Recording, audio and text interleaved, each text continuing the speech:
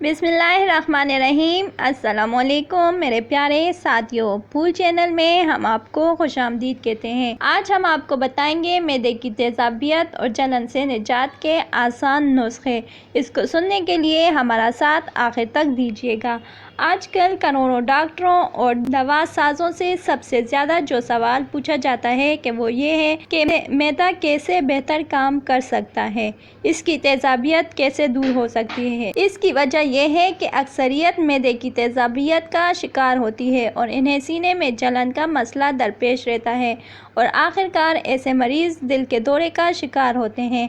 आइए सबसे पहले इस मर्ज़ की वजह जानते हैं। आप जो कुछ खुराक खाते हैं या निगलते हैं वो एक लंबी ट्यूब के ज़रिए मैदे तक जाती है। इस ट्यूब को एसोफेगस कहते हैं। कुदरत ने एसोफेगस पर एक वाल्व लगाया होता है जो किसी भी ग़ज़ा को या मैदे में हज़म करने वाली तेज़ाबी मादे को वापस एसोफेगस में आने से रोकता है। लेकिन जब कभी इस वाल्व को रेस्ट ना मिले तो हो सकता है ये अच्छे तरीके से काम नहीं कर पाए और नतीजतन जो खुराक या ग़ज़ा एसोफेगस में वापस आ जाती है इससे सीने में जलन पैदा होती है। यहाँ ये वाज़िया करना ज़रूरी है कि ये जलन मैदे में पाए जाने वाले तेज़ाब की बहुतायत से नहीं होती।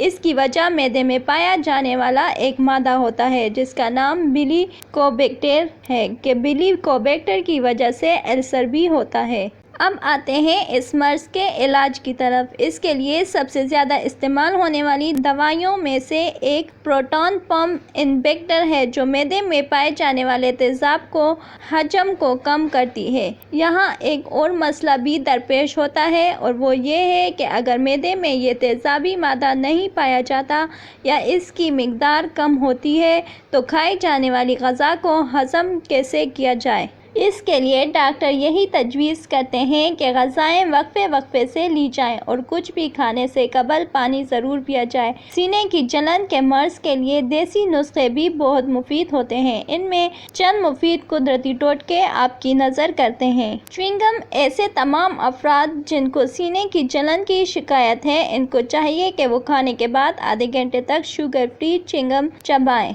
अदरक की चाय, जैसे कि ऊपर बताया गया कि इस जलन की वजह मैदे की तेज़ाबियत है जिसको दूर करने के लिए अदरक की चाय बहुत मुफीद साबित होती है। एलोवेरा का इस्तेमाल, ये सहराई पौधा है जिसकी अफादियत से इनकार नहीं। एलोवेरा का जूस तेज़ाबियत से भरे मैदे को आराम पहुंचाता है। ऐसे मरीजों को खाने से आधा घंटा कबल आधा कप एलोवेरा का जूस पी लेना चाहिए। केले और सेब का इस्तेमाल, केला वो फल है जो कुदरती तौर पर एंटी एसिड होता है। सीने की जलन का शिकार मरीजों को बाकायदगी से केले खाने चाहिए।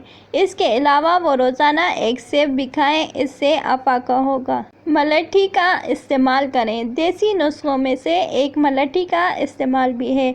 इसकी चाय बनाकर पीने से सीने की जलन जाती रहती है। बाएं तरफ करवट लेकर सोएं, इस मरीज़ का एक देसी इलाज ये भी है कि हमेशा बाएं जानब करवट लेकर सोएं और सर की पोजीशन बाकी जिस्म से कदरे ऊपर की तरफ हो, यानी सोते वक्त मरीज़ अपने सर को तकरीबन 6 इंच ऊपर रख कर सोएं। जई का दलिया इस्तेमाल करें, जई का आटा, दलिया या पिसी हुई जई से बनी हुई रोटी खाने से भी ये मर्ज़ जाता रहता है। सिरके का इस्तेमाल, सिरका भी इंसानी सेहत के लिए बहुत मुफीद महलूल है। इसके इस्तेमाल से मैदे की तेज़ाबियत का मसला नहीं रहता और सीने में जलन भी नहीं होती।